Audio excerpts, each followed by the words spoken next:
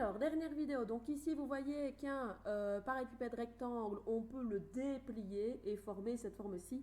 Et moi, dans mon cours, j'avais déjà aidé un peu les élèves pour leur dire exactement le nombre de centimètres qu'ils devaient mettre sur chaque partie, parce que c'était, je vous rappelle, un prisme droit de 4 sur 2 sur 3 centimètres. Enfin, c'était peut-être les données que j'avais demandées ici, là-bas en dessous. Et donc, il suffit d'aller coller ensuite, d'aller découper ce que vous avez tracé et puis de coller une face pour pouvoir le replier et former une forme en 3D. Et voici les dimensions qu'il fallait mettre sur chacun des côtés dans un parallépipède rectangle. Pour le cube, évidemment, il faut mettre 3 cm partout et je vous montre ce que ça donne. Donc, vous voyez un cube, c'est pas ici, c'est celui-là. Donc les développements des solides, on les appelle aussi les patrons des solides. Donc là, vous voyez un développement que je pourrais faire sur une feuille à plat. Et puis, quand je vais découper et replier, vous voyez que ça peut donner tout simplement un cube. Ça va? Donc ça peut donner un cube alors qu'on partait tout simplement d'une forme à plat. Ça va? Donc là, c'est vraiment le principe de replier les côtés que vous avez dessinés pour que ça forme un cube en 3 dimensions. Alors, pour la perspective cavalière maintenant. Ici, c'est généralement dans un quadrillage qu'on fait ça et je vais vous montrer à quel point c'est facile. Il suffit tout simplement de tracer généralement la face de devant. Je vous montre. Je vais faire un cube par exemple. Voilà, je trace la face de devant. J'ai pris 2, 3, j'ai pris 8 petits carrés. Donc 1, 2, 3, voilà. Je trace la face de devant. Vous prenez votre latte évidemment. Et pour les côtés obliques, il suffit de faire les mêmes. Donc par exemple, si je prends, regardez, l'angle de 45 degrés, c'est facile, hein, c'est la diagonale des petits carrés de votre quadrillage. Donc si je prends cette mesure-ci, donc 3 petits carrés, 3 petites diagonales de petits carrés, je vais aller la faire tout simplement aux 4 autres coins. Si vous n'avez pas de quadrillage, ben vous devez faire ça correctement en mesurant l'angle et en prenant bien la même distance. Et puis tout simplement, regardez, vous reliez et vous avez votre cube. Qu'est-ce qu'on pourrait faire pour terminer évidemment? C'est faire les côtés en pointillés. Et c'est strictement pareil. Je vais faire 3 diagonales et puis je vais aller relier là-bas comme ceci et comme ceci. Et voyez comme c'est facile de faire un cube dans un quadrillage. Je peux faire pareil avec un parallépipède rectangle. Je l'ai fait là-bas au-dessus. Il suffit que je ne pars pas d'une face qui soit un carré, mais que je pars d'une face avant qui soit un rectangle. Je fais les côtés obliques, ça va. Je ne sais pas si je vais pouvoir les déplacer, mais peut-être que oui. Voilà, vous voyez, ils sont tous les mêmes. Si je le déplace ici, vous voyez que les côtés obliques, ils sont tous parallèles, ils ont tous la même mesure. Donc si vous faites la face de devant, tout simplement, et puis 4 côtés obliques identiques, de même longueur et parallèles, avec un en pointillé évidemment, et bien tout simplement en reliant les extrémités des 4 que vous venez de tracer, vous formez votre forme en perspective cavalière.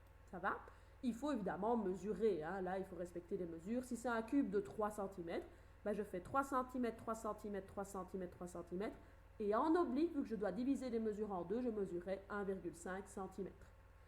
Alors, dans les exercices ici, ben vous regarderez évidemment dans le correctif comment il faut procéder, parce que là, tout est expliqué, et revenez vers moi si vous avez des questions. De toute façon, ça, je ne saurais pas vous interroger là-dessus, vu que à distance, ça va être assez compliqué.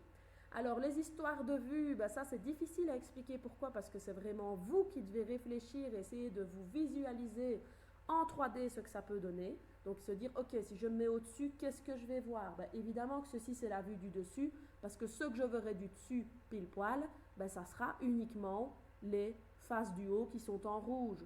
Ça va? Donc là, il faut réfléchir, regarder bien ce qu'il se passe. Alors, pour ici, par contre, je pourrais vous montrer, j'ai préparé la petite animation. Ici, je vous ai dessiné une figure en perspective cavalière. Je pense qu'elle est là. Ça va? Donc, j'ai repris, c'est ce dessin-ci. Donc, ça, c'est un parallépipède rectangle. Mais je vous précise, donc, complète la nature des figures coloriées dans les parallépipèdes rectangles ci-dessous soit complet. Je vous demande de me prouver, en réfléchissant, quels sont ces types de formes-là.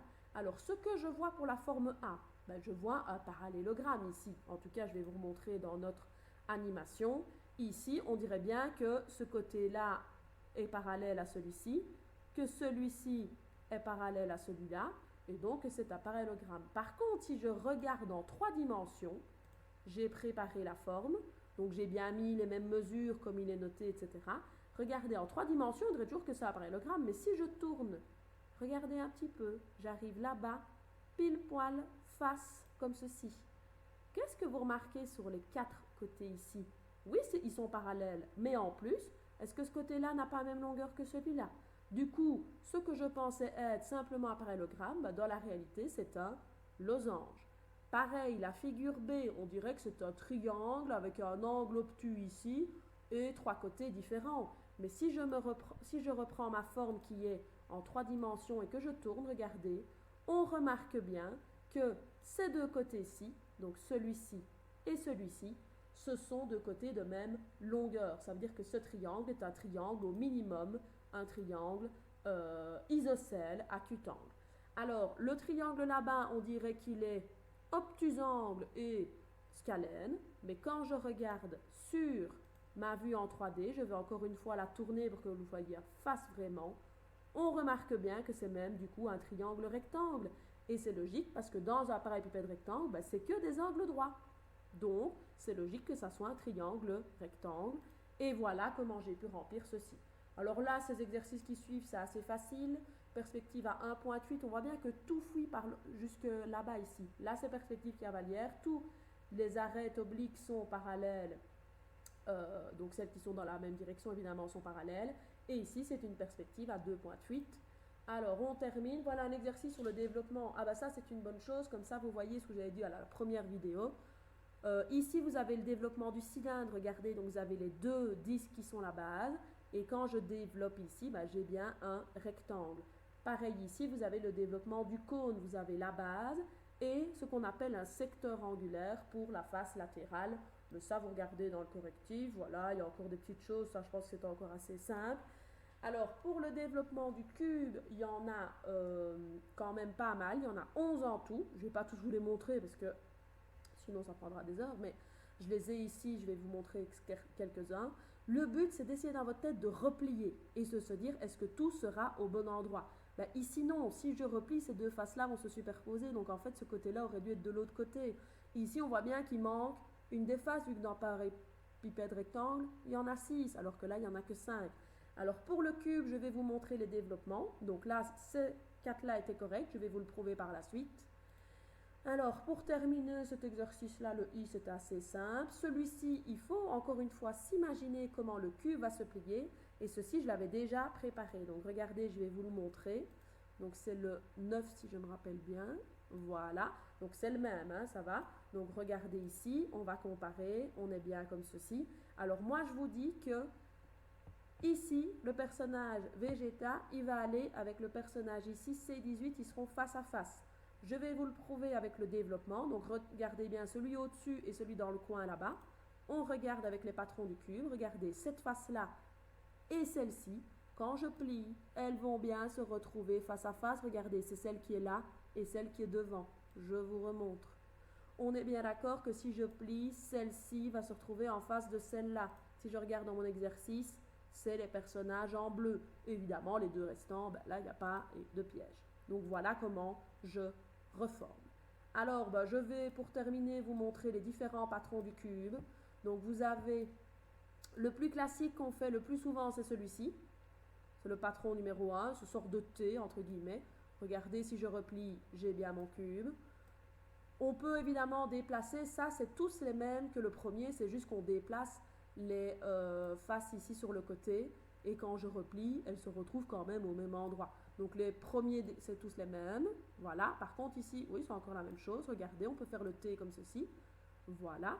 Et puis là, les suivants vont un petit peu changer quand même. Non, ça c'est toujours la même chose vu qu'on a toujours les 4 en fait qui se suivent et 2 sur le côté. Par contre là, ça change un petit peu. Voilà, quand je replie, ça forme bien mon cube un peu bizarre. Le 10e, c'est celui-ci. C'est un peu bizarre, hein, le pliage. Et pour terminer, le 11e, c'est celui-là.